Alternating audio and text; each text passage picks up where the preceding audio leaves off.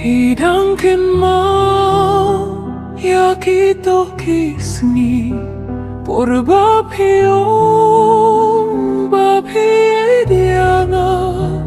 ketin bashida hanga pilaklay naduhku shadem hanga pisay naduhku shadem hanga pisay Dasi sangai dengan kuah ban syukur haba pipin kuah ngalah ban penbor barong rodai mapi bayang apin kuah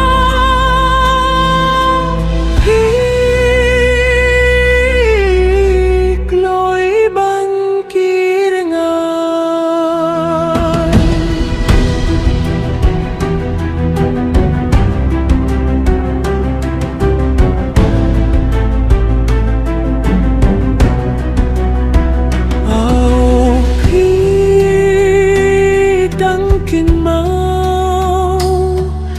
yakitokisni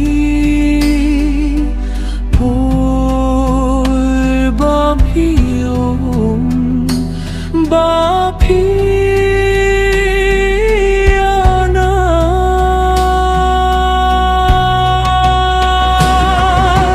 barukin bangaropin kwa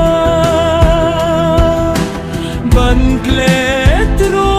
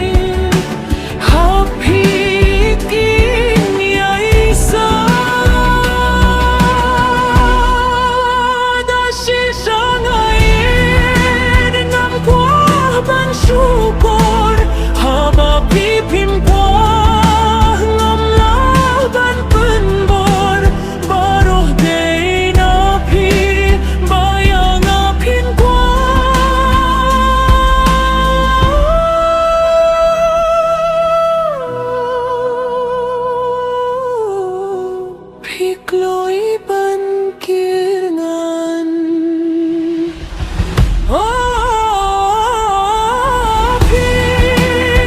hidangkan mau yakitokisni por bapiong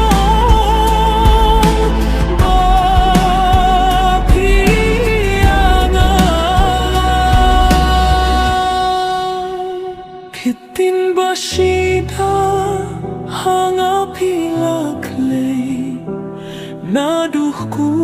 shadem hanga pisay